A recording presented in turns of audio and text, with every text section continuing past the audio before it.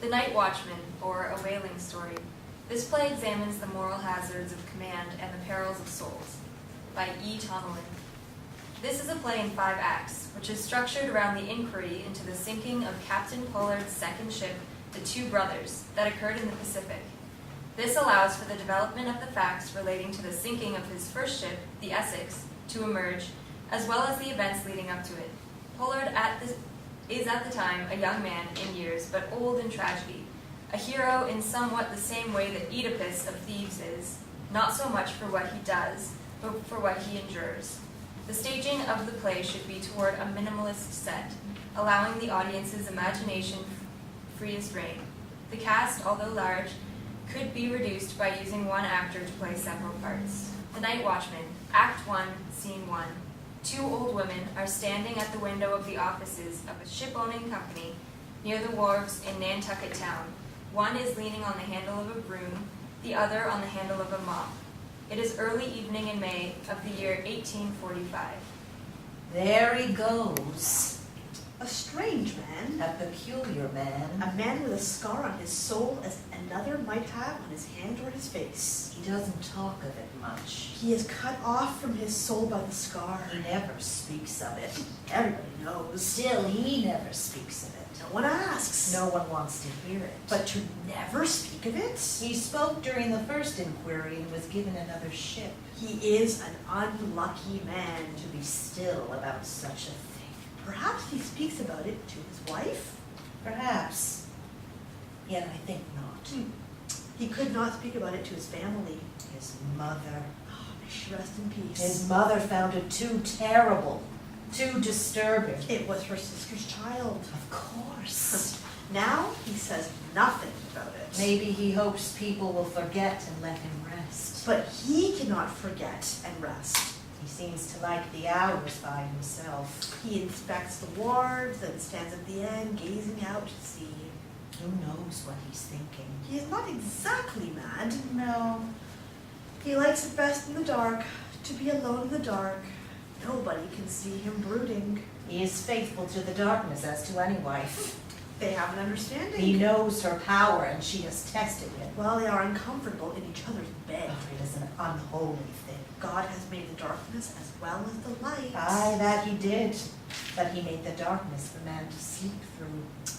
Yet some men he made to look upon the night side of creation. Once having flown open, their eyes can never again wholly accommodate the day. A monstrous thing. To be told by the mute to the deaf. Yet from this strange man's story let each man draw succor against the time when he might be night's solitary company. Act 1, Scene 2. Captain George Pollard, Captain George Worth, Insurance Agent Mr. Gerard Ransom, in the same office of the ship-owning company, September 1823. Name? George Pollard, Occupation? Night Watchman. What? No, it's Captain George Pollard, whale shipmaster, member of the Pacific Club, driver of the Nantucket slave fueler of the Lance of the Wound. Then it's Captain Pollard? Yes, You are too modest, Captain. I did not mean to be modest. Your present employment is temporary, surely. I think not. You should not prejudge this hearing, Captain. I am not prejudging it. It will not garner any sympathy for you. The case must be decided on the facts. What do the facts tell of it? We must have the facts to make our decision. Which facts do you want? You have been through this before, Captain. With the Essex? Indeed, sir. And you were given another ship. Two brothers. Yes, it is the destruction of that ship we are inquiring about. You do not think they are related? How can they be related? They were 2 different ships, 2 different owners, different crews. They are related by... I believe they are related.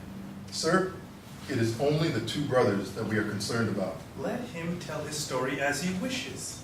If you do not care to take it all down, Mr. Ransom, then just take down that which concerns the 2 brothers. Very well. Thank you, Captain Worth. Proceed, Captain Pollard.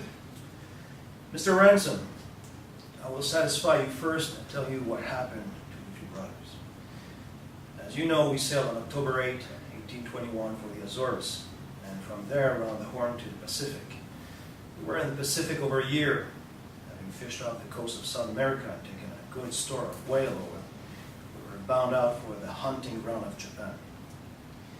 We even passed near to where the Essex was stricken, and from where I had pushed off 2 years before a fateful voyage in a small boat.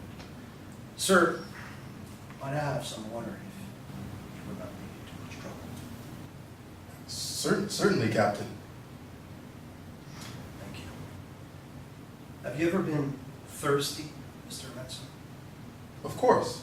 No, Mr. Ransom, I mean truly a thirst. I'm not sure I know what you mean. I mean, Mr. Ransom, have you ever been so drowsy that your skin was stitched to your bones, that your tear ducts could produce no tears, and your groans had to be lighter to pass over your lips? Captain, I do not understand you. No, I can see that you do not. What has this to do with the wreck of the 2 brothers? Everything, Mr. Ransom. But then again, nothing. Please, Captain Pollard, get on with it. I do have other business. Yes, I'm sure you do. I had other businesses. Excuse me, Mr. Ransom and Captain Worth, for taking up your time. It has not been considerate of me, and Captain Worth, I owe you such a great deal. It was nothing, Captain Pollard. Nothing. Nothing, you say. You were kind enough to give me another ship. I could tell from speaking with you on the way home from Valparaiso that you deserved another ship. I was just an old sailor looking for a chance to retire, and I had an opportunity to become an owning partner and see my ship in good hands. You gave me your ship, sir. I have lost it. That is Mr. Ransom's problem, not mine. You did the best you could, I'm sure. Did I? That is what we're here to find out, Captain Pollard. Captain Worth is a bit too hasty. Quite right, Mr. Ransom, quite right. That is what must be determined exactly, precisely, dispassionately. Truth served, there must be no withholding, no reservations of any kind. The accounts rendered to the soul's last penny worth. That is the way I would have it. I'm glad you agree, Captain. I do indeed. Please then, proceed. Where was I? You said you had left the South American hunting grounds and were sailing towards the Pacific grounds and had passed the place where the Essex was lost. Yes, indeed it was so. We were west of the Sandwich Islands when the winds began to rise. Act 1, Scene 3. First Mate Eben Gardner and Captain Pollard aboard the 2 brothers. Captain, What is it, Mr. Gardner? she is blowing too hard for the sail we have out. Why, right. Shall I take down the top gallant yard, sir? Aye, Mr. Gardner. I do not like the looks of those angry black clouds coming at us. No, sir. No, sir. The wind had changed direction on us and veered around to the west. I'm going to change course to the northeast to put the archipelago we have been following between us and the storm. What do you say of that plan, Mr. Gardner? I like it as well as any other. What did you say, Mr. Gardner? I said that I liked it as well as any other, sir. I think that is a very prudent plan, sir. Do you feel all right, sir? Yes, thank you, Mr. Gardner. And, Mr. Gardner, see to it that boats are secured, and if the wind keeps rising, close reef the fore and mainsails and furl the mizzen and topsails. Aye, aye, sir. The other side of these islands is a reefy place, so tell the boat watch to keep a sharp eye out. Aye, sir. I shall take care of it. Right away, sir. Can I think he used those words deliberately to torment me? To set off a charge of powder in my brain? I must not allow myself to think that. It is a common form of speech, appropriate to the circumstance. It meant nothing. Owen? Owen? No, I must forget about it. Put it behind me. This ship will not suffer such a fate. There it is again. Owen, what did you say? Owen! Your hair is on fire, or is it merely the reflection of mine own head? We shall escape it this time, Owen. You'll see. We will. Why do you nod your head and turn away, Owen? Come back. Act Act 1, Scene 4. The office of the shipowning company. Are you saying, Captain Pollard, that you were confused by what your first mate, Evan Gardner, said to you? It was his words that troubled me. He indicated he agreed with you. He said that he liked it as well as any other, sir. Yes, so you said. Don't you see? No, I don't follow you, Captain. Those were the words of Owen Coffin. I thought you said they were the words of Mr. Gardner. Owen Coffin used them first. I don't believe there was an Owen Coffin on the two brothers, Captain. He was a seaman aboard the Essex, Mr. Ransom. I do not understand why you would be troubled by similar words that two men might have spoken at different times on different vessels. To me, it merely attests to the commendable familiarity of the seaman with common courteous English usage. You see, he cannot understand. He cannot understand it unless he knows the history of the Essex. I do not see why that is necessary. But if it will shed light upon what happened to the two brothers, then please, Captain, share it with us. It all began with so little notice of the appalling possibilities contained in that moment. Indeed, they were not even considered. I had been first mate of the whale ship Essex that returned to port April 9, 1819, and in May, the owner, Gideon Folder, asked to speak to me. Act 2, Scene 1. Gideon Folger and George Pollard in the offices of a shipowning company. Well, Mr. Pollard, how did you like being first mate aboard her? She is a good ship, sir. I dare say. Indeed, a good ship, and a trusty one. I should be happy to pass all of my seagoing days as mate aboard her. Would you now? Yes, sir. Well, I have come to talk to you about that, Mr. Pollard. Sir? Did Captain Russell speak to you about his plans? He did, sir, briefly. Did he tell you that he planned to retire after this last voyage? He did mention it, sir. Did he say that he would recommend you to be her captain? He did say so, Mr. Folger, sir. But of course, there are a lot of first mates about, and even some captains looking for another ship, so I did not pay any mind, sir. Very good, Mr. Pollard. Thank you, sir. You don't push yourself forward, inclined to overreach yourself, sir. I don't fancy those kinds of men, Mr. Pollard. No, sir. But I don't want to waste words. We have decided to offer you the position of captain of the Essex, if you are willing to take it. The terms are the usual. Do I understand that you are offering me the mastery of a whale ship, sir? Indeed, sir. Will you take it? Do not tell us we must look for someone with no experience aboard her, Mr. Pollard. Well then, I accept. Excellent. Very good. It is a tribute to our ship and our company that you wish to be her master and continue in our employ. I have no complaints about either. Well said, Mr. Captain Pollard. Thank you, sir. How soon, sir, can you outfit her to go out for a voyage of 3 years in the Pacific to hunt for the biggest whales that you can find and make us both rich, eh, Captain? It will take me about 3 months, I would judge. Expedient, sir. Capital. Then we may expect you to be setting sail near the middle of August. Is that correct, sir? I believe that you can count on a departure date of around that time. Good. And, Captain Pollard, you should take a wife. I like a man with a family as master of my vessel. He has reason to fill her hold quickly with barrels of oil, whilst not unduly risking the safety of the vessel or the crew. Quite right, sir. Is there anyone, Captain? There is, sir. And her father is a retired whaling captain. I have put off a proposal of marriage until I felt that I might adequately support a wife, or until I had prospects of doing so. Good. Then put it off no longer. And Godspeed, Captain Pollard. Thank you, sir. Act 2, Scene 2.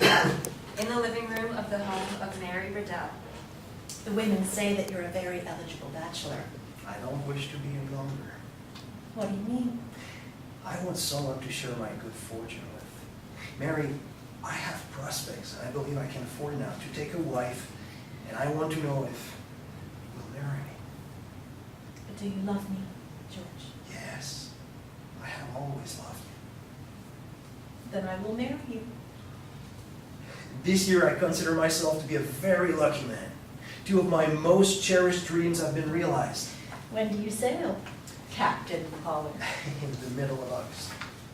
You'll be careful, George. I am a careful man. That's why he picked me. We must set the wedding date soon. In June, Mary, so that we will have some time together before I leave. I would like that too. Act 2, Scene 3. The sun is low but not yet set. Captain Pollard is leaving the wharves, having spent the day supervising the provisioning of his ship. A young man approaches him. Cousin, Who is it? it's me.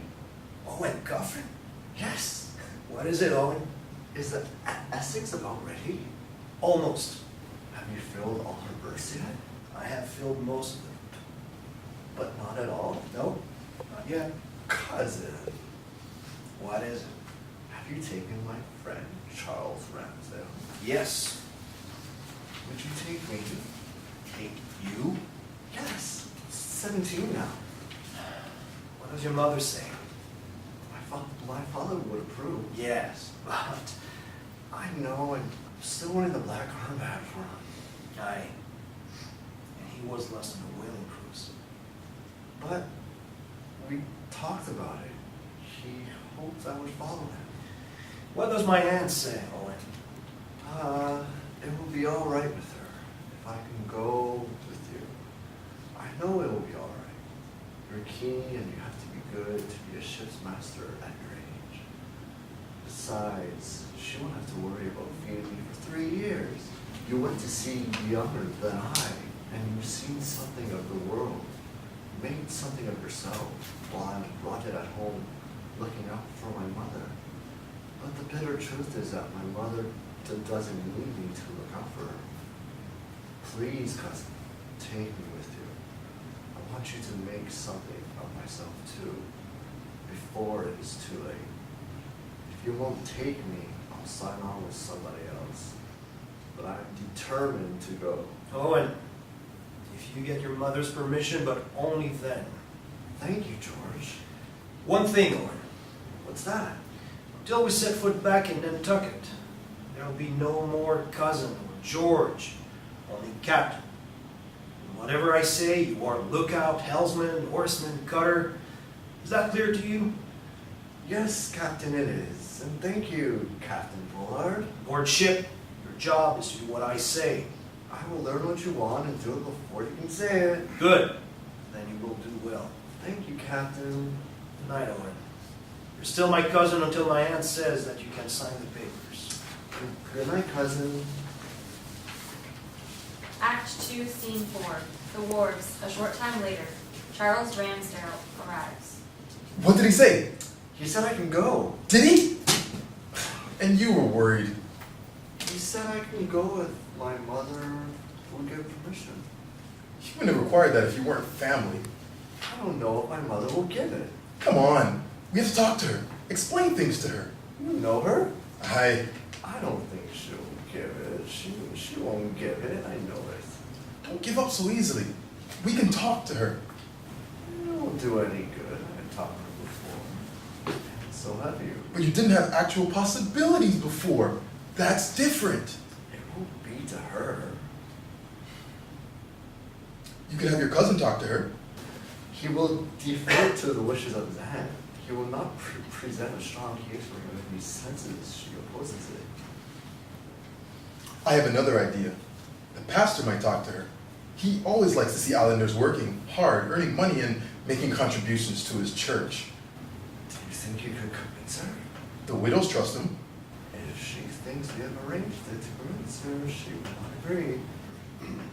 I'll suggest it to her, but you must oppose the idea. You suggest that she talk to the captain. I will. Your idea is worth trying. Nothing else is work. Act 2, Scene 5. In the Congregational Church in Nantucket, the Pollards are waiting for Mrs. Nancy Coffin, Owen, and the pastor. Your cousin is very grateful that you're willing to take him with you. It is a hard business and dangerous, but I will keep him in the same boat with me. I'm well enough familiar with the hazards of the trade. But what if something should happen? His father died fighting savages. Aye, he tried to protect a party he had led ashore for water. But I'm not so heedless. I only stop at known ports of supply, and if it came to it, I would not do less than his father to protect my men. I do not question your courage, George. Your aunt has arrived. Hello, George, Mary. I'm so sorry, George. Owen is unhappy that I have insisted on getting the path for spiritual guidance on this decision. You must do what you must do. Well, I was against his going, you know. No offense to you, George. You seem well regarded in the trade. I would not take Owen without your permission. If I let him go, take care of him for me, will you? Please. You don't even have to ask that. I Mother! understand, Nancy. No, not yet, you don't. Not yet. Pray God you never do. I'm sorry. The bastard has arrived. Hello, Reverend. Hello, Captain, Miss Pollard, Miss Coffin, Owen. Thank you for meeting us. I can't stay long. There are some wealthy members of the congregation I must call on. They wish to make a contribution to the building fund for the new church. Captain, have I shown you the new plans? It will be a larger, a more fitting way to thank God for the success of the trade on this island. Reverend, please, I need your help. What with? Owen wants to sail with George on the Essex. I see, Mrs. Coffin. And you were worried about letting him go? Reverend, I have only just lost my husband at sea. My heart goes out to you in your grief. I have visited many widows on the island. You, having endured one painful loss, wish to prevent another by holding on to your son. You would turn to Owen to fill the emptiness. You are like one of Jesus' disciples by the edge of the Sea of Galilee, with only a single loaf of bread in your hand, your son. You would hide it away if you could to feed yourself when you are wanting and in need. You would ask the Lord to allow you to have your own loaf. But now you are being asked by your son, really by that of the order of God is placed in your universe, to let him go so that he can become a man. You are being asked to literally cast your bread upon the waters, to let your son go to sea, and you fear losing him. You fear that you will be lost, that the small morsel by which you hope to feed yourself and quiet the raging hunger within will be no more. You want to hold fast to him, to keep him from letting go. You want to hold fast to him, to keep from letting him go, thinking only of yourself and your neediness. But he is ready to be let go. Still you fear he will be gone forever. The followers of Jesus too fear that if they shared their loaves and fishes with 5,000, that they would go hungry. Their stomachs would be empty. But that is what Jesus asked them to do. Now it is your turn to share your loaf, your son, and you hesitate. You wish to shrink back. You wish to save it, to keep him close. Certainly that is a natural feeling at this time. So were the feelings of the disciples, to hold on to what they had, lest they had nothing. But the world is beautiful, rational, orderly, intelligible. There was a reason why he performed the miracles of the loaves and fishes. He performed it for our edification, so that the ages of men and women that followed would be capable of taking the typical steps of letting something precious go, which they were not sure they would not lose. It is exactly in these circumstances that you must have faith, Mrs. Coffin. And as our Lord taught us, it is not possible that my going out to sea with Captain Pollard, Owen here, may become a man. May he not become a man and prosper, perhaps become a captain himself, an owner even. And may he not, as a result of his good fortune, marry and have children, and provide you with the happiness of grandchildren, and be an upright contributing member of the church, so that by giving up your loaf, may it not increase and come back to you manyfold, which had you not the courage to do that, you might have quickly used it up in your grief and despair, and in this hopelessness and disappointment. There is no room for doubt or superstition, for ignorance or fear. Let your mind grasp hold of this lesson, Miss Coffin, and when it has, I'm sure you will make the right decision about your son. Thank you, Reverend. I don't know, loaf of bread. No, Owen, certainly not. Captain, let me show you those plans I spoke of. You may be interested in helping us when you come back. Act 3, Scene 1. On the deck of the whale ship Essex, August 12, 1819. Captain Pollard addresses his crew. As captain, custom requires that I address you at the start of the voyage in regard to what I expect of you. I have been chosen to conduct the vessel, and you are here to assist me. Discipline is essential, and my orders will be made known to you by myself and through my officers. Obey them as you would me. We will set a lookout on the masthead from the start of the voyage to its end. If you see a whale, sing out. If she white waters, sing out, there she breaches. If she spouts, sing out, there she blows. If she flukes, sing out, there she flukes. If it is something other than a whale that you see, then sing out, sail ho, or land ho. If it is something that you cannot make out, we have glasses for the purpose. I want them brought into use to make out all things that may appear to us, so we may avoid hazards and follow what profits us. There is no need for disappointment if we use all the means at our disposal. Now let me introduce you to your officers. Owen Chase, first mate. Matthew Joy, second mate. I have divided your men into boats as follows. Step forward as I mention your name. Thomas Chapel, step forward. Joseph West, Lawson Thomas, Charles Shorter, Isaiah Shefford, and William Bound, the third boat with Mr. Joy. Benjamin Lawrence, Thomas Nicholson, Isaac Cole, Richard Peterson, and William Wright. You are in the second boat with Mr. Chase. The rest are with me. Obed Hendricks, Rosilia Ray, Owen Coffin, Charles Ramsdale, Samuel Reed, and Seth Weeks. Are there any questions? If not, then Mr. Chase, you may give the men their orders. Act 3, Scene 2. In the offices of the shipowning company. What you have related so far is not unusual in any of its essentials, Captain. The second day at sea after we had left the port of Nantucket, we were hit by a sudden severe squall that nearly ended our voyage at that point.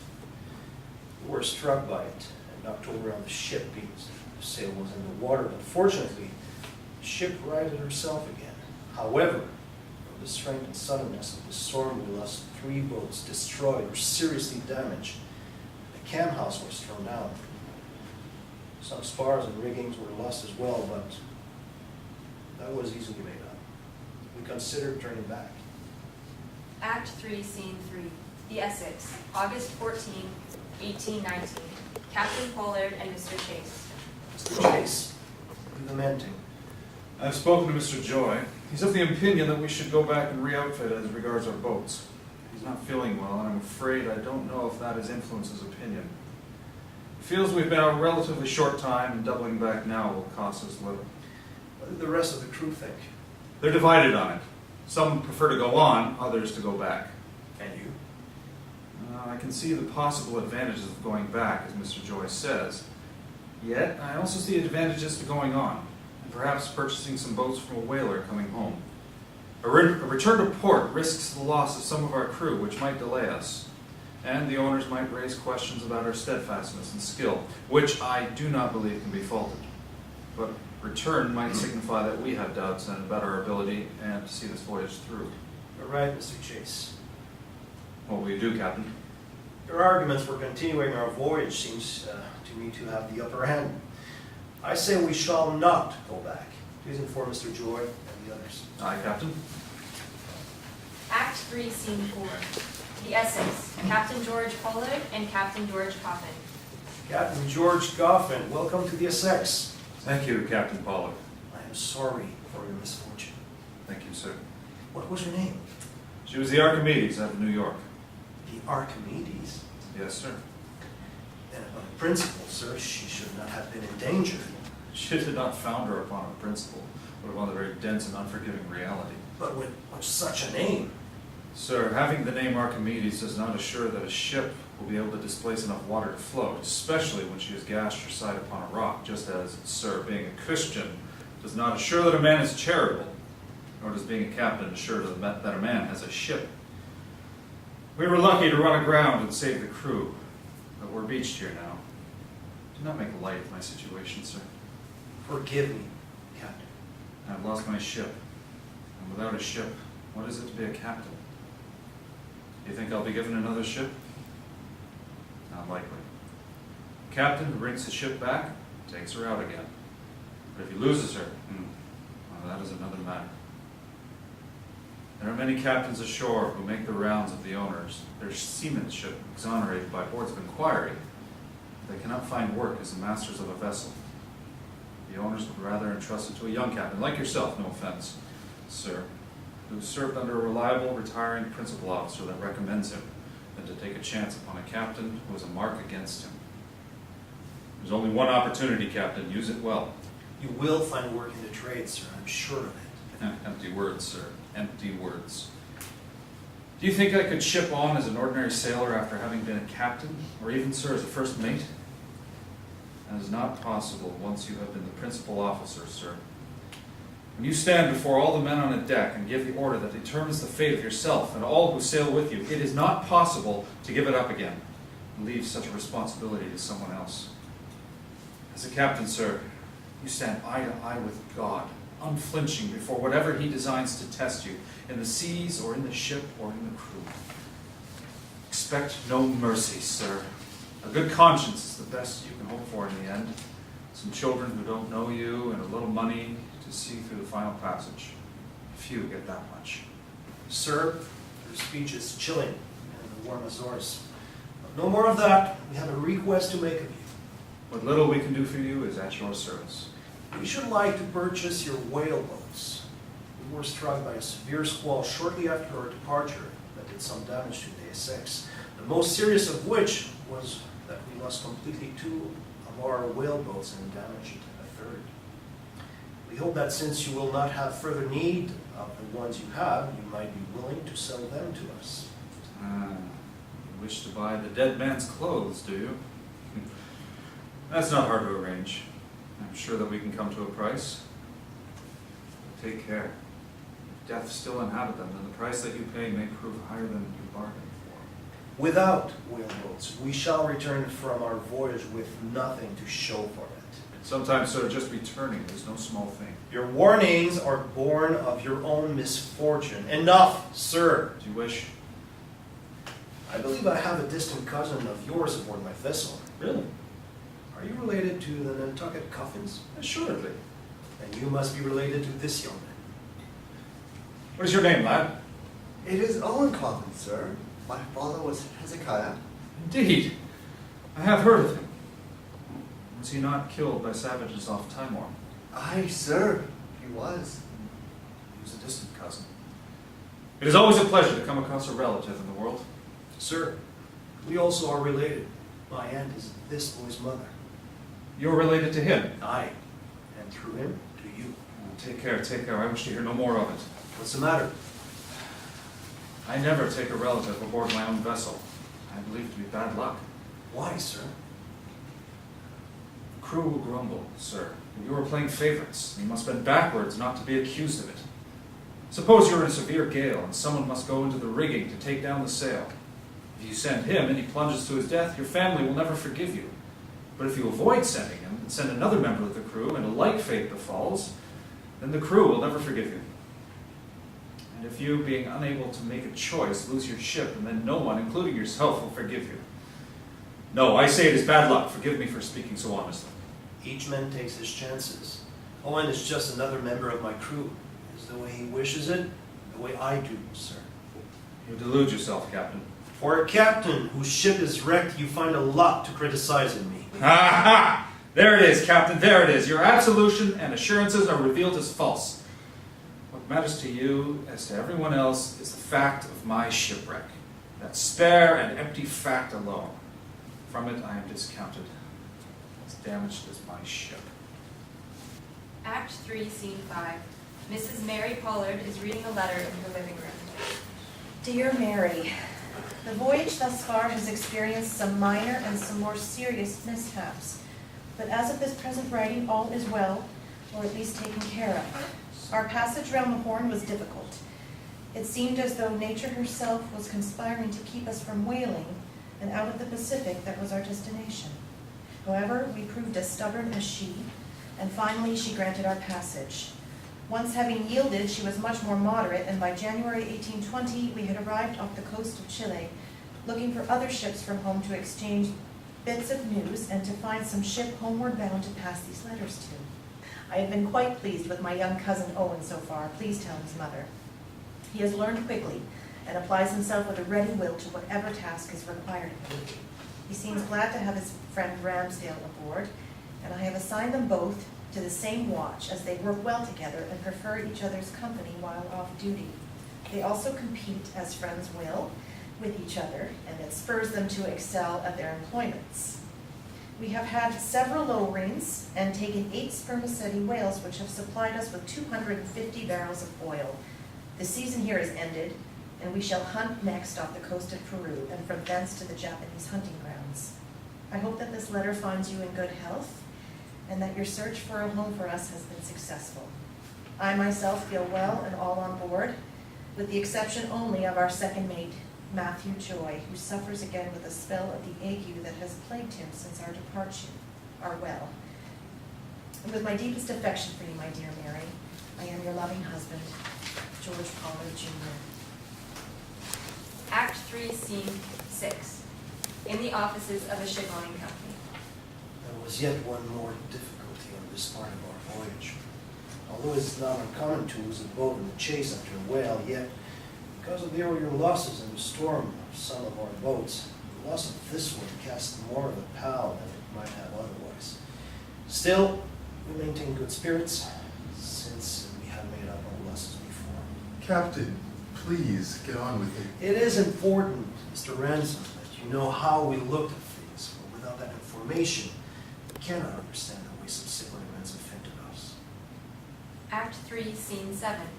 Captain Pollard, First Mate Owen Chase, and Owen Coffin are standing together on the deck of the Essex in the late afternoon of November 16. The first mate still looks somewhat bedraggled, his boat having been thrown into the water earlier. I saw it happen to you. There's nothing to be done about it. You could not have prevented it.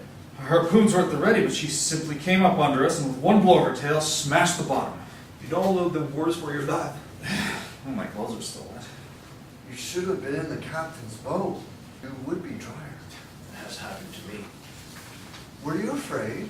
No, Mr. Coffin, for I could see the ship coming towards us. The snap and rustle of her sails, her broad beam lumbering in our direction in a pitching perambulation across the waves, and having the sure and certain feeling that she had kept an eye upon us would, ere long, rescue us from our troubles.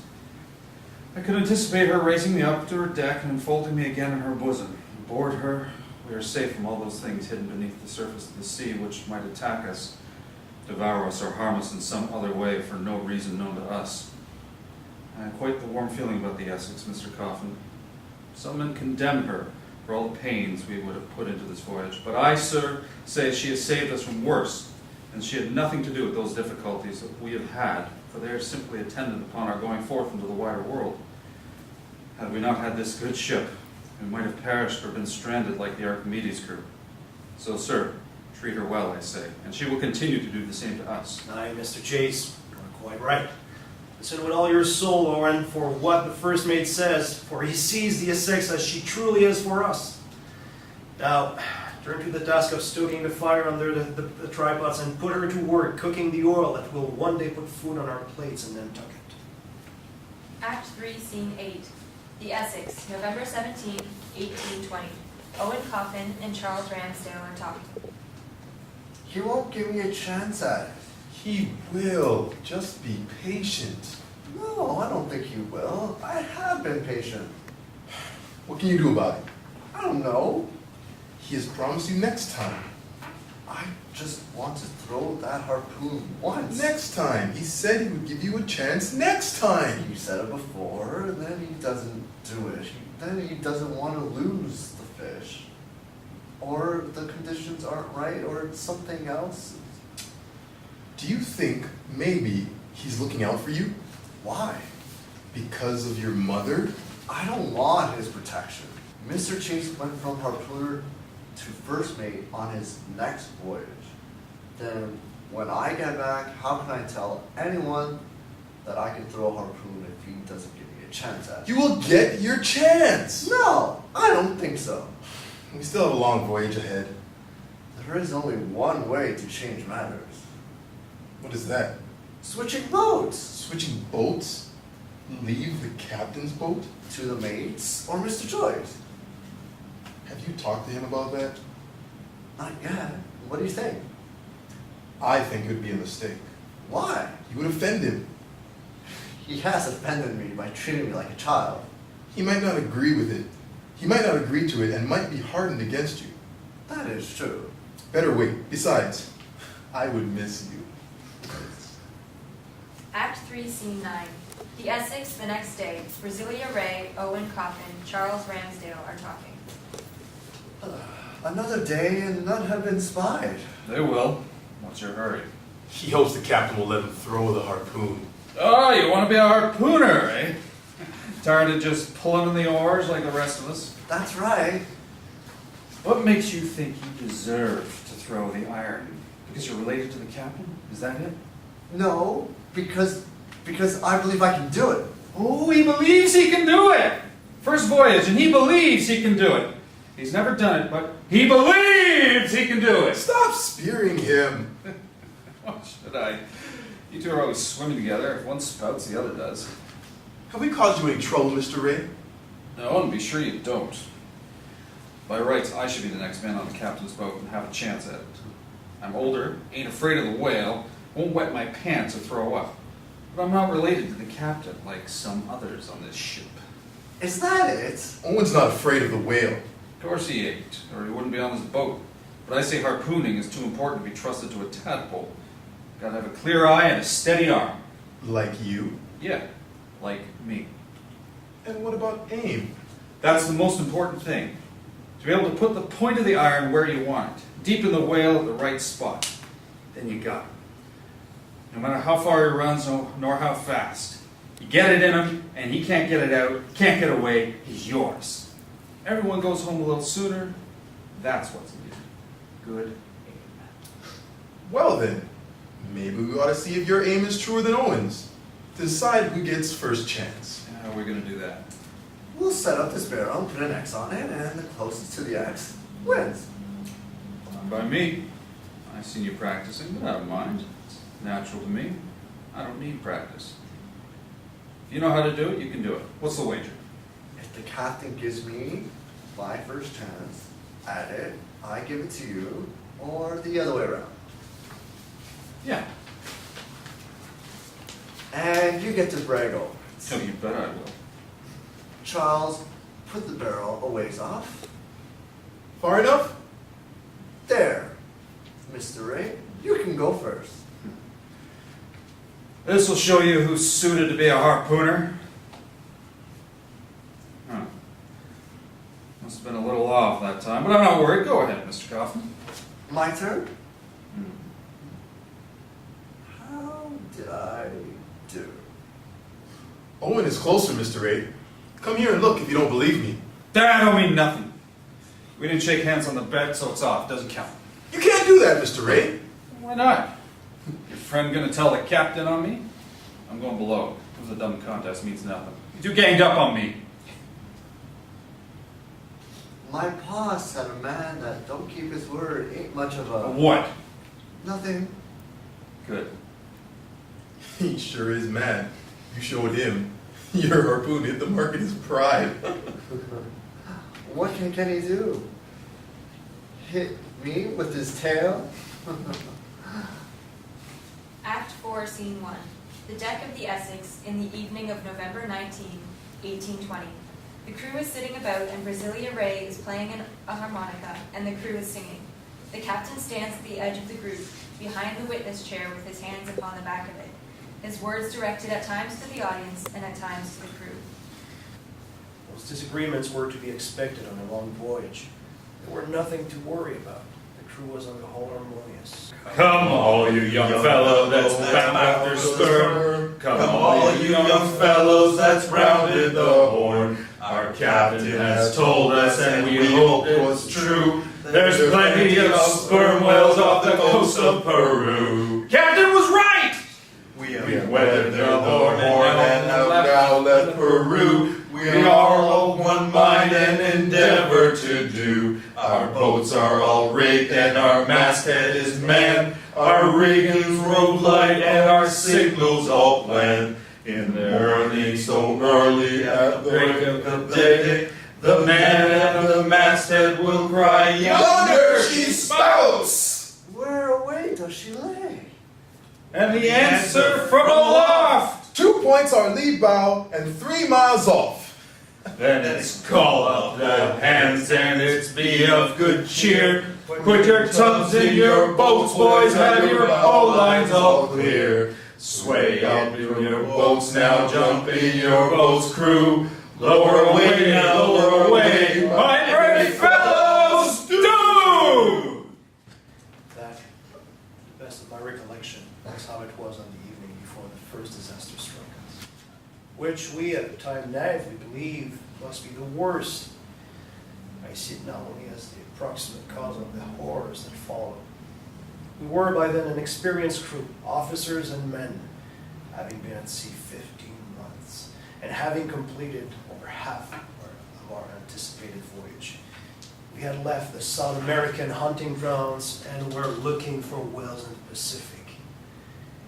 On November 20th, the year of our Lord 1820, the word from the masthead was, "There she blows!"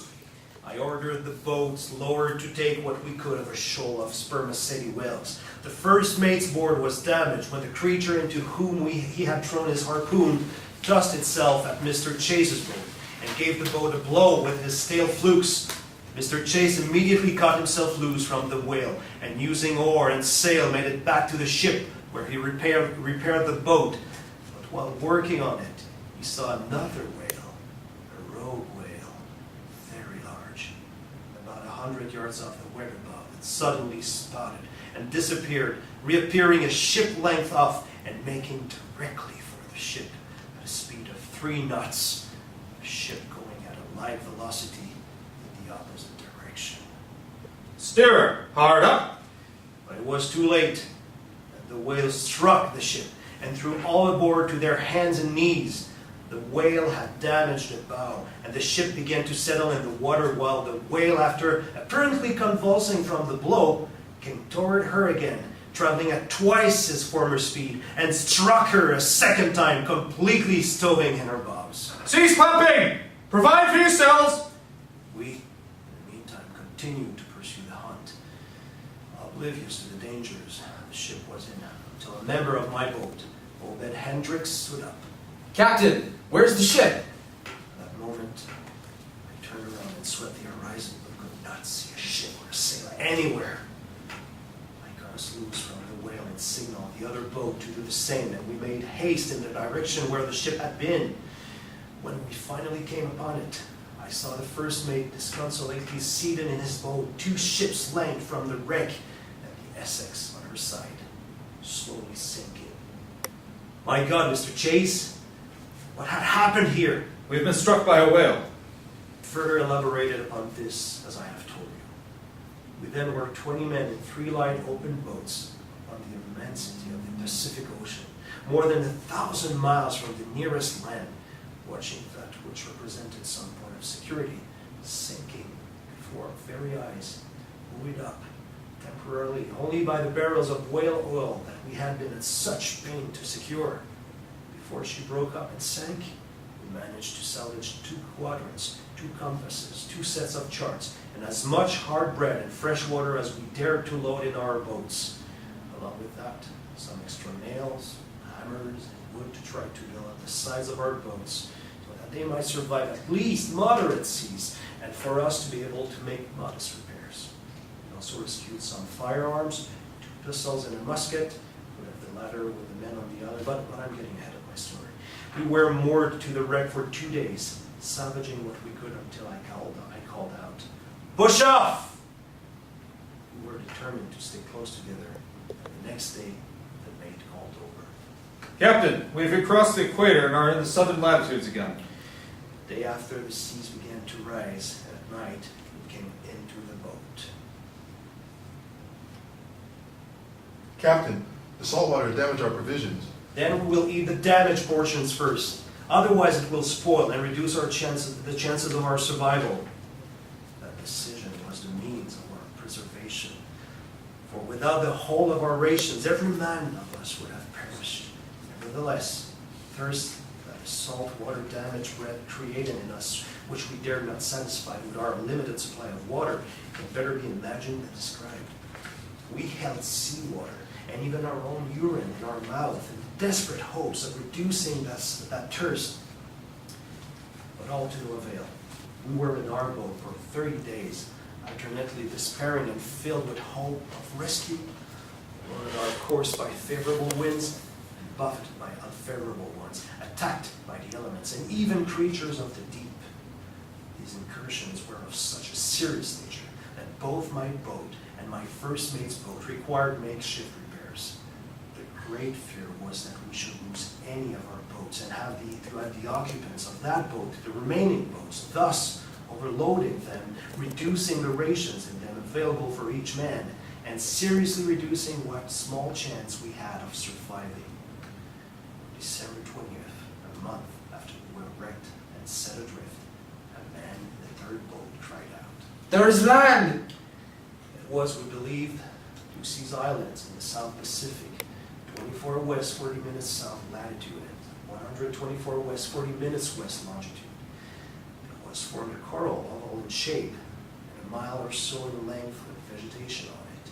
We did not know if it might be inhabited by hostile savages. Act 4, Scene 2. On Ducey's Island, 2 crewmen, Seth Weeks and William Wright, are speaking, when a third, Thomas Chappell, comes up and joins them. I thought after he found water, he was decided to stay. It was a miserable thing, only reachable at low tide. It is better than any other we had seen since we left the wreck. And true enough. Why so glum, mates? The captain's making preparation to leave this island. Is he? Yes. What has persuaded him to leave? He says that there's not enough food on this island to supply all of us, and it is better to leave while we still have rations left. Do you agree with him? It is better to try to find help than starve to death, but I've no wish to put out again in those clinker-built boats. What choice do we have? He wants all of us to remain together. If he were the Lamb of God, I would surely follow him, but he is only a man, and he has gotten us into this. He wants us to remain with him, but do you want to? But do you want it, mates? He finds the idea of any separation utterly repugnant. What are you after, Thomas? I mean, I have decided I am staying here. I was born on an island, and I'll die on an island. This one if I have to. But if I have any hope of seeing England again, I don't believe it is bobbing on the waves in these thin bottoms. This is my ship, mates, safe from the storms, no sails to trim or bailing to do. As much sweet, fresh water as I want every day. At least I will not die of thirst. I'll take my chances on catching a fish or a bird now and again. But you have no chance of rescue. And what do you think he has? Besides, lads, if he is rescued, he will not forget to tell them about us. His old shipmates, will he? He will not let you stay. I think he will when I lay it out for him. It's one less man to take share of the provisions, and it will lighten the boat in the water and give him a better chance. He may object at first, but when he thinks about it, he will see it my way. It's best for both of us. He couldn't ask it of me, but he won't turn down the offer when it will put a bit more in his stomach. And this island may not support 20 men, but I wager it would support 2 or 3. Think about it, mates. It would be nice to have some company. I would like to stay with you, Thomas. I'm with you too. Good. We will be enough for a small society. Act 4, Scene 3. The offices of the ship-owning company. We departed Ducey's Islands 7 days after we arrived. Our water supply restored and our bread untouched. We bade farewell to the men we left on the island. You did not take them with you? It must be understood, we did not abandon them. Must it be, Captain? We gave them every opportunity and encouragement to pursue with us our striving to bring about our own salvation. Your salvation, Captain? At the time, we believed that their death from starvation could not be avoided, and we promised to send them help if we should be so fortunate as to find any ourselves. We did not think it prudent, however, to leave them any of our provisions. Not prudent, Captain? Not prudent or merely self-serving? Captain, how can one decide? We did not think it prudent, for it might only temporarily put off their starvation, while perhaps seriously compromising the larger party, which had put its fate in our own efforts. I see nothing wrong with that, Mr. Ransom. It was, shall we say, Captain Worth, less than a disinterestedly decided upon. Why were the men remaining on the island not left with a portion of the rations to which they were entitled? I am secure in the knowledge, Mr. Ransom, that had we done as you suggested, not one of us would have survived. As it is, some did survive, including, and especially, Sir 3 men left on the island. The results speak for themselves. Perhaps, Captain Worth, or perhaps not. But please, Captain Pollard, continue. So it was that on December 27, 1820, we left Duty's Island and set our course for Easter Island, some 850 miles to the east, with the reasonable expectation that more sustenance would be found there, and that we might, from that island, either be rescued or be able to replenish our supplies and continue towards the coast of South America. Since we had remaining a small allowance of bread for each man, enough to last 30 days, and since we had traveled over 1,000 miles in a like period of time to reach Duty's Islands from the wreck, we believed that we should reach our destination and still have a small amount of our provisions left. Accordingly, we went forth as sanguine about our situation as could be expected. But it was not long before we encountered unfavorable winds, were blown off course, and found that we were south of Easter Island, and the wind blowing northeast would not allow us to reach it. We therefore were forced to make up our minds to steer for the next nearest landfall, a small island just off the coast of South America, not 850 but 2,500 miles away. Whether it was this circumstance and the attendant despair, or simply the rigors of the hardship and privation to which his always delicate state of health had been exposed, my second mate, Matthew Joy, passed from this life. Act 4, Scene 4. Captain Pollard, in his weakened condition, struggles to come aboard the third boat, accompanied by another member of the captain's boat, Obed Hendricks. Gentlemen, though we face adversity, even desperate circumstances, we are still men of discipline, restraint, obedience. We are God-fearing men and men of the sea. Each man follows his orders, perform his duty as well as he can. I have come aboard to perform the funeral service for Mr. Joy, and I have brought Mr. Hendricks from my boat to take charge of this boat, so that no man need feel that I have abandoned him and withdrawn my benevolent authority and influence from him. Mr. Hendricks will carry out my orders, and when I'm not available, he will command you in conformity with how he believes I would in those circumstances, or according to his own best judgment, if it is not clear to him from previous experience and his knowledge of me what I would be like to do. Is that understood? Aye, Captain. Mr. Hendricks. Aye, sir. Very well. Mr. Shorter, have you fixed the ballast rock to the body of Mr. Joy? Aye, sir, I have done it. And let us begin the service for Mr. Joy. I will recite the 23rd Psalm and request all of you to join me. The Lord is my shepherd. The Lord is my shepherd, I shall not want. He maketh me to lie down in green pastures. He leadeth me beside the still waters. He restoreth my soul. He leadeth me in the paths of righteousness for his name's sake. Yea, though I walk through the valley of the shadow of death, I will fear no evil, for thou art with me. Thy rod and thy staff, they comfort me. Thou preparest a table before me in the presence of my enemies. Thou anointest my head with oil, my cup runneth over. Surely goodness and mercy shall follow me all the days of my life, and I will dwell in the house of the Lord forever. Amen. Amen. Thank you. Unto Almighty God, we commend the soul of our second mate, Matthew Joy, passed from this life on January 10th, 1821. And we commit his body to the deep, with sure and certain hope of the resurrection into eternal life, through our Lord Jesus Christ, at whose coming in glorious majesty to judge the world, the sea shall give up her dead. We may gently lift the body of our mate and place it in the water. Earth to earth, ashes to ashes, dust to dust. The Lord gives and the Lord hath taken away. Blessed be the name of the Lord. Amen. Amen. Act 4, Scene 5. In the offices of the shipowning company. 2 days later, in a gale, I first made boat separated from us, my anxiety about him was, if not entirely allayed, at least partly diminished because of our prior conversation about the possibility of such an event occurring, and the fact that he was provided with compass, quadrant, and charts, as well as a pistol to ensure discipline under whatever circumstances might arise. I did not see him again until we both reached the coast of South America, each aboard different vessels. However, the responsibility for the third boat was now entirely mine, as that boat was provided with neither an experienced officer nor the means of independent navigation.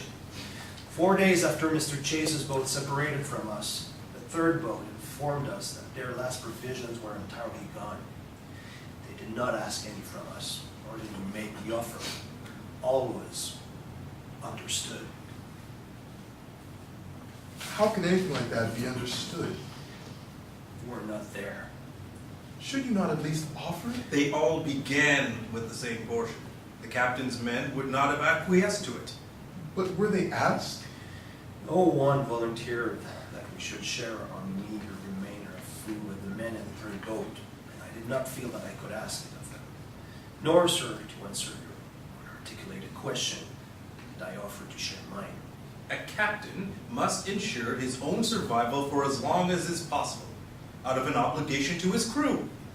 He does not have liberty to sacrifice himself for personal considerations, no matter how noble they may be. He is under an obligation to those who depend upon him to see them through to the end of their voyage. Captain Worth, you've satisfied me on this point. Continue, Captain Pollard. 6 days later, a black man, Lawson Thomas, died. Act 4, Scene 6. In the third boat, at one end are Obed Hendricks and Joseph West. At the other end are Charles Shorter, Isaiah Shepard, and William Bond. Between them is the body of Lawson Thomas. He wants us to think it over. Ain't nothing to think over. He wanted. He's white like the captain. We ain't got no choice, have we? We ain't got nothing to eat neither. Captain put him in charge of this boat when the mate passed away. But he asked us, ain't he? Nobody suggested it when the mate died. We had biscuit then. We ain't got it now. I say nobody suggested it because he's white. Lawson Thomas was just a nigger. Don't have nothing to do with it. Sure, dude. You don't have to be a part of it if you don't want to. I don't like it, but I accept it, just like you. But what was the captain going to say? Most white folks follow their Bibles, especially when it comes to dying. And they want black folks to follow the white man's Bible too? Even if it means he gotta die. Especially then. The way I see it, we shouldn't ask the captain. We could sail as good as the white man. But we ain't got no charts, no compass. We'll sail in circles from now to kingdom come. I say we should take our chance at Providence. God will help us. We don't need the white man. It's our boat. We got to do what must be done. Don't harm them, don't harm us. Maybe if we was to give them a share, they couldn't condemn us. They still got bread, and they got the pistol. And don't offer us none of that biscuit. They wouldn't accept nothing from us, and might threaten to shoot us if we do it. Can't say nothing. If we're gonna do it, then we just gotta do it. If they shoot us, well, better than dying this way. Act 4, Scene 7. January 20, 1821. The captain's boat, at the end of Mr. Ramsdale's watch. The captain is waking up. The rest of the crew are slumped against the side of the boat. Captain, there's nothing unusual to report on my watch. No sign of a ship. No, sir. And the winds have continued light. Have they conducted the burial of Mr. Thomas' bodies yet? Not yet, sir. I think they're waiting for you. A few moments then, Mr. Ramsdale. Wait, Captain. Mr. Hendricks is behaving strangely. He's standing over Mr. Thomas's remains in the boat with a knife. My God, he has sunk it in the dead man's chest. Has he gone mad? Are the others restraining him? No, sir. The others are all about him, and he's removed the dead man's heart. They are dividing it. They're What? What, Mr. Ramsdale? What is it? They're consuming it, sir. What have we come to? Shall I order them to to stop, Captain? Order them to stop? They have nothing else to eat, Mr. Ramsdale. It's sacrilege against the dead. Do not judge them, Mr. Ramsdale. They have been forced to do it.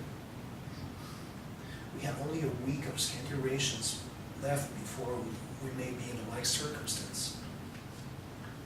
Act 4, Scene 8. The offices of the company with Captain Pollard, Mr. Ransom, and Captain Worth. Our provision ran out just as I feared, and 2 days after that, another black man in the third boat died, Mr. Shorter. Our scruples, such as they has been, were overcome by necessity, and we willingly shared what was offered to us by the third boat. Then, 4 days after another man in the third boat died, we followed a similar procedure. The day after, the only black man in our boat, Mr. Reed, died, and we made preparation to share with the third boat. But that night, the third boat separated from us, and we were unable to do so. Captain Pollard, you say that the third boat separated from you, but is it not possible that you separated from that boat? It is all the same. Not quite, Captain. Are you suggesting that Captain Pollard deliberately abandoned his third boat in order to not share the sustenance he had with them? That is a shameful imputation, sir, and can reflect only upon its source. I am not a man of the sea, Captain Worth, only an insurance agent. It is necessary for me to consider a particular situation from all possible vantage points in order to see completely the pearls in them, human and otherwise. We expected rescue soon for ourselves and the third boat, for we believed that if the good Lord wished us to survive, it must happen soon, or else we would not survive at all. What happened to the third boat? Was never heard from again. Continue, Captain Pollard. 8 more days of fearful hunger passed with no morsel of food to sustain us after we consumed the emaciated body of Mr. Reed. Our dreams were filled with our terrible longing. Act 4, Scene 9. There are 4 people at a table. One at the head, a woman, 2 men on one side and 1 on the other. There are, however, 5 places. All the people are in shadow except for Captain Pollard. The table gives the suggestion of being piled high with food, though it cannot be clearly seen. There is a wall to one side of the table with 2 windows and a door. Will it be much longer? Can't say. Must we wait for him? That is good manners. Do we know him? I believe so. What's his name? He is familiar to you. I thought that I saw someone pass a window. When he comes to you, you may begin. There is a rattling of the latch. Everything disappears, the table and the dinners. And Pollard is left holding on to the back of the witness chair. Always, at the moment that his hand on the door latch heralded his imminent appearance, I awoke, my heart beating violently against my hollow chest. Act 4, Scene 10. The Captain's Boat, February 6, 1821. Captain Pollard, Owen Coffin, Brasilia Ray, and Charles Ransdale in a wretched state. Captain, how long can we continue with nothing to eat? I have not the strength to set the sail. If we ship water in a storm, or from a small leak, none of us has the strength left to bail it from the boat. It is true that we are in desperate condition. But what is there to do about it? We can hope for a sail. We have hope and praise, Charles, for 78 days. I believe God has set his face against us. What else is there to do? I heard stories, Captain, passed down from sailor to sailor. Captain, the means to give some a chance. Say what you are thinking, Mr. Ray. It's not my place, Captain. Damn you, Mr. Ray. If you know something that can help us, out with it, sir. I order you to speak. Very well then, sir. Shipwrecked men who are near to death from starvation have been known to cast lots to decide which of them are to survive and which are to be sacrificed for the others. I have heard of that, Mr. Ray, but have we reached that point? Ask your crew, Captain. Mr. Coffin? I, Mr. Ramsdale? I. Mr. Ray? I. How shall it be done? Shall I tear 4 strips from the logbook and pinch one of them short? Or else the short one agrees to sacrifice himself for the rest? Is it agreed? I. Who shall do it, Captain? Draws his pistol out from the sea chest and places it on the seat. Those remaining shall draw again. Is that also agreed? I. I was convinced that Brasilia Ray would draw the short lengths, since he had been the one to put forth such a hellish and unspeakable idea that had the power to draw desperate men to it as flies to a dung heap. I did not consider that, since I was in charge. The punishment might fall upon me, though I was prepared to die. Yet, the Lord, in his infinite wisdom, made the punishment worse than I had ever at that moment imagined. Here, gentlemen, who will choose first? I will. Oh my God. Owen, it is you. George, am I to die? Owen, if you do not like your lot, I will shoot the first man that touches you. I like it as well as any other. Act 4, Scene 11. Offices of the Shipowning Company. You said that you drew lots. But were the lots equal, Captain? He said that he pinched one of them short. The one that Owen Coffin drew. No, Captain Worth. I mean, were the risks equal? Each man in the boat had an equal chance to draw the short lot, and each was prepared to present himself to be sacrificed if he should draw it. Captain Pollard was as willing to sacrifice himself for the others as they were for him. The men were in the habit of deferring to their captain. If the short lot had fallen to him, what would they have done?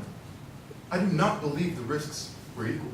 I think, Captain Worth, that what Mr. Ransom is saying is that although I was willing to sacrifice myself as everyone else in the boat, yet the others would not have been as willing to accept my sacrifice as they were willing to accept that of anyone else, because I had been the steward of this voyage, and was still, and was the one most familiar with the charts and instruments of navigation. Indeed, Mr. Ransom, I think you are right. I do not know if it occurred to me at the time, but from time to time since then, it is a thought which has occurred to me, and it has the power to throw me into the deepest despair. I sometimes can find comfort in the idea that if the short lot had fallen to me, although I was prepared to forfeit my life for the others, they might have given up the plan, and it would have ended up at that point. My conscience clear, my conduct unquestioned, and the mastery of my boat unimpeached. Excuse me, Captain, but a question must be posed. Based upon the facts that we have heard them, this was your first voyage as captain. It was characterized by a series of disasters. The men left on the island expressed by their actions a lack of confidence in your ability to bring the remaining hazardous voyage to a favorable conclusion. And by your own description, the second and third boat had just recently deserted your command. Is it not possible that you were more concerned at that moment about your own position and authority in the boat than about what happened to human life, even that of your own flesh and blood? Captain Pollard offered to shoot anyone who threatened to harm Owen and to enforce discipline in the boat with a pistol if necessary. No, Mr. Ransom, I think that your conclusion cannot be supported by the facts. Indeed, Owen Coffin indicated his wish to abide by the agreement and chose death over living under conditions of such deprivation. You mentioned that there was to be 2 drawings, Captain? Yes. Act 4, Scene 12. The offices of the Shipowning Company and the captain's boat on February 6, 1821, now presented simultaneously. We must draw for who does it, Captain. I will prepare them. Till the time I pray that I would not draw the short one myself, yet now I think that if I had the immediacy of having to perform that act would have dissuaded me from such a devilish nostrum, whatever the consequence for our ultimate survival or my authority. But having once embraced the plan, my neediness, my weakness, and an unforgiven destiny determined that I should be spared nothing, not one drop of the bitter drink. I have them. Here. Is it the short one? It's the one you drew. My God. Must I shoot my best friend? You have no choice. We agreed. I will not hold it against you, Charles. George, if you return, tell my mother how I died. Captain, must I do it now? If it must be done, then let us all get over with. Goodbye, George, Brasilia, Charles. He puts his head on the gunwale and Charles Ransdale fires with the pistol. Act 4, Scene 13. Offices of the Shipowning Company. And Captain, to the best of your knowledge, when did these events take place? February 6th, 1821. They had been on starvation rations since November 20th of the previous year when the Essex was stricken. That is 78 days. And when were you rescued? On the 23rd of February. 17 days after that. Who besides yourself survived? Charles Ramsdale. What happened to Brasilia Ray? He died from hunger on the 11th. You said he died of hunger. Did you mean starvation? Hunger, Mr. Ensign. I meant hunger. Do you know anything of the difference between them? Prolonged hunger leads to starvation. Hunger is a painful sensation in the stomach. That is the difference. That is all. I can see that you do not have any understanding of it. None. What is it then, Captain Pollard? I would be pleased if you would enlighten me.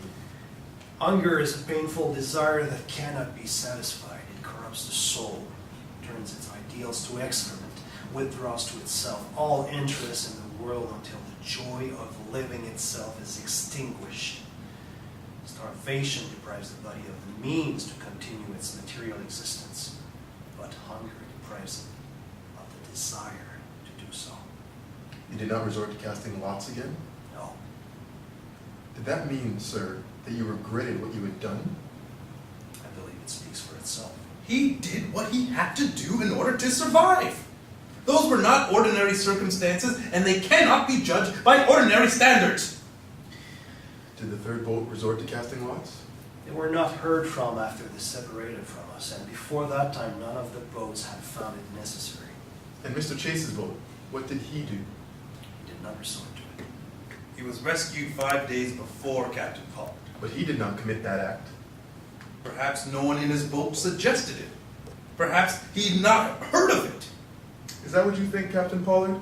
That he did not know about it? That simple ignorance kept him from such a grievous act? No. What? What then, Captain? What was it that made him refrain from it? I don't know. You don't know? But Captain, you had been sailing with him for many months, years even. Yes. He sailed with us when I was first mate on the Essex under Captain Russell. So you knew him well? Yes. What was it? By this time, Captain, you must have some ideas on the subject. I, for one, would very much like to know what you think made him act differently than you in similar circumstances. I don't know, God. I don't know. I wish I had died. I talked with him in Valparaiso. Did you go to him? No. He came to visit me at the hospital. Act 4, Scene 14. In Valparaiso, March 17, 1821. A hospital room. Mr. Chase enters. My God. Go away. I have suffered enough of those dreams. Captain, it's me. I'm alive. Mr. Chase, what do you want of me? I cannot help you. Nothing, Captain. Only to see you again. Mr. Chase, it is really you. Not an empty chimera. Is it you? Yes. My God. Hey, Captain, don't hide yourself. I must.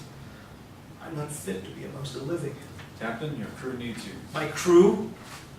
They are for the most part dead.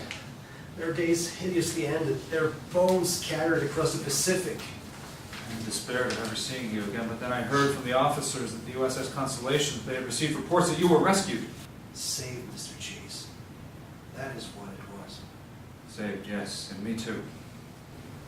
What remains from your boat? Benjamin Lawrence and Thomas Nicholson. Only Charles Ramsdale's was spared with me. How is it that we survived? Yes, how? Indeed, how? Did you hear about it? What, Captain? What we had to do. We were forced to do it also. You were? Yes. Who was sacrificed? Sacrificed. Yes, you said you were forced to it also. We were forced to survive off our dead shipmates. But you did not cast lots? No.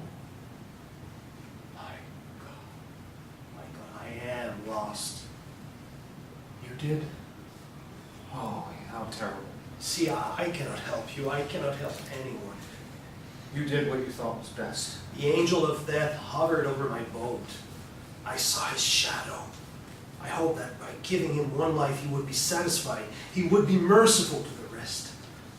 But he took 2/3 of my remaining crew. I saw him too. How did you keep him away? I spoke to the men. I urged them not to give in to him, to fight against him, always and everywhere. But you didn't take any action on their behalf. I did not believe by helping him I could prevent his taking any members of my crew. Stand back. Turn away from me. I am become death, and me. I see truly now. I am a false hope, a danger to all. It was not you, Captain. It was the circumstances. No man who is not faced with the same needs and circumstances can condemn you. Not even I faced what you have. Thank you, Mr. Chase. Would to God I could accept your consolation. Act 5, Scene 1. The offices of the ship-owning company. Did you return with the others from Nantucket? No. The medical faculty at the hospital in Valparaiso desired that I remain a few extra months in their care. What did they do for you? A priest visited me regularly. A priest? Yes. He assured me that if I asked God's forgiveness, it would be given, and he said I must not condemn myself.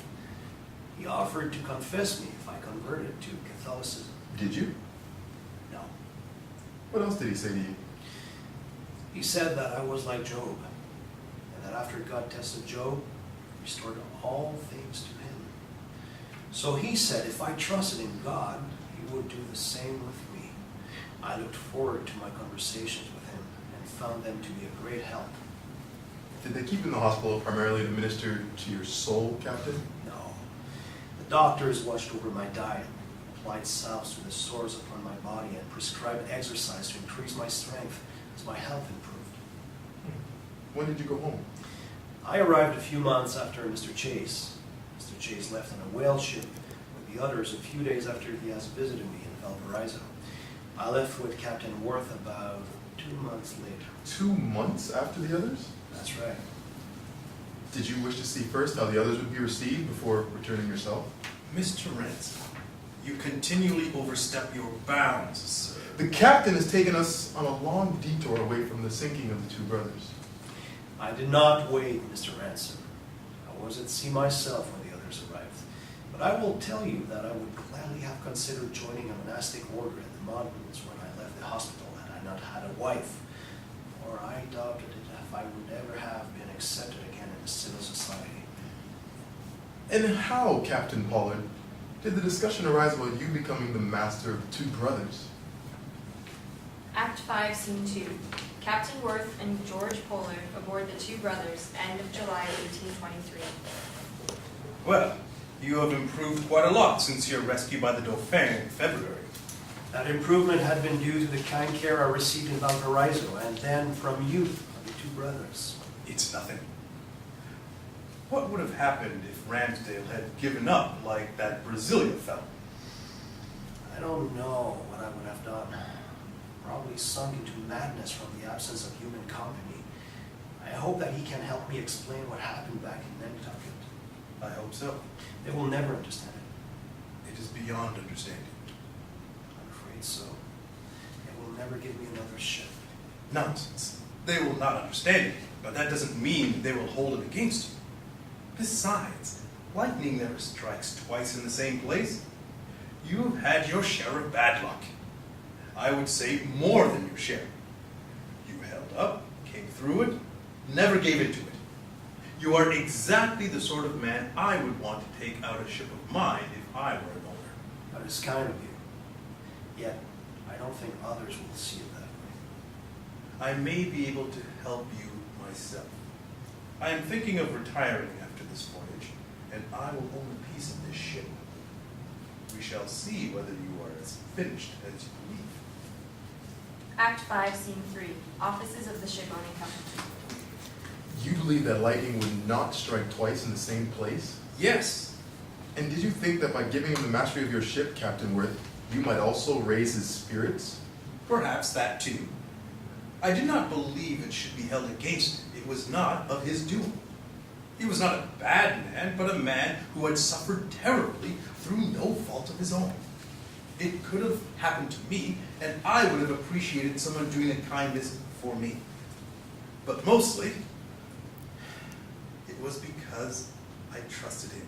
He was a good officer. He ran a good ship. Captain Worth, did you allow your Christian charity and perhaps superstition to color your judgment about Captain Pollard's abilities? I do not believe so. Isn't that at least possible? No. Mr. Ransom, you have turned this inquiry into an inquisition. The captain has requested that we exonerate his soul as well as his seamanship. To that end, we must examine the evidence that bears upon it. All of the evidence. Are you in the business of indemnifying owners of souls as you are owners of ships, sir? We have no actual tables for that business, Captain. Speaking for myself, I do not believe he is guilty of any sin. Is it that you believe that evidence does not support it, or that you simply refuse to believe the evidence? What is to be gained by condemning him? What is to be gained by exonerating him? I suggest we confine ourselves to things that we are more expert at. As you wish, Captain Worth. I am interested less in Captain Pollard's soul, or how he became captain of the two brothers, than I am in her sinking. Then we must return to it. Act 5, Scene 4, Captain George Pollard and Eben Gardner aboard the two brothers. The squalls have become a gale, sir. Indeed, sir. Have you been able to take any sighting to plot a position? I have tried, Captain, but I cannot vouch for them. If we do not stay in the channel, we shall wreck on a reef or the shoals. I did my best, sir. Have you posted the extra watch? I have, sir. With the driving rain and the approach of darkness, I do not know how much good it will do. It must do some good, sir. I hope so, Mr. Gardner. I hope so. Breakers ahead. Bow hard a weather, helmsman hard, sir! Act 5, Scene 5, Captain Pollard, Captain Worth, Mr. Ransom in the company's offices. We have a report from your first mate, Captain, which I will read to you. The ship struck a reef of rocks. She appeared to float once her length and then struck again so heavy as shattered her whole stern. The sea made a road over us, and in a few moments the ship was full of water. Is that what happened, sir? Took to the boats and fought against a storm through the night. The next day we were rescued by the Martha and lost no hands. Yes, Captain, but you lost your ship. I did, sir, I did. But not one member of my crew. Are you not expected to bring your ship and your crew back safely, sir? That was impossible. So you say. So it was. How many barrels of oil is aboard her? 800 or 900. And of course you lost it all. Yes. It adds to the loss of the ship, Captain. You see, Captain, your men may be willing to sail under you again, but they cannot offer you a ship. He is an able mariner, Mr. Ransom. Perhaps, Captain Worth. But the facts are he has sailed out master of 2 vessels and has come back with neither. He made no obvious errors in seamanship. Still, he has lost 2 ships. To what shall we ascribe it? To you and Captain Pollard, whaling may be a contest with the sea as well as a profession. But to me, sir, and to the owners, it is a business. Risks, sir, must be modest, must be calculable. So many losses and so many voyages. It is necessary that we be able to determine the risk of losses so that we can establish charges that allow us to make a small profit. Now I ask you, sir, having lost 2 ships, how would you rate the chances of Captain Pollard preserving his next one? You may say that there is nothing that connects them, but the fact is, he connects them. Though the formal laws of mathematics may encompass the possibility of the soul-trying misfortunes of this man, still, the very sensible improbabilities of his story point to something beyond them. I, for one, would not wish to test it again. Well, I am sorry for speaking out of turn. I was speaking for myself alone. I will have a written record of this inquiry prepared for all the owners, and they shall render a decision on the captain's conduct of his vessels. Thank you, gentlemen. Act 5, Scene 6. Captain George Pollard and Mary Pollard in their living room. Well, it was not unexpected. What did the owners decide? Nothing. They made no determination. That was their conclusion. They did not blame you then. Nor did they clear me. What does it mean? No owner will sign me on again as master. They should have found for you. It makes no difference, Mary. They say me as their fate. It is not fair. I myself do not wish to go to sea again. Still, it was not kind. This is a small thing. For me, some time ago, the general eye of the mercy of the universe was torn from its socket, and I find only an unsightly scar when I go over. Act 5, Scene 7. A woman stands by the railing on the window's walk above her house looking out to sea. She moves along to the adjoining railing. They leave us as innocent boys and come back to us as men that we cannot understand. Haunted by spectral ghosts we do not know. The end.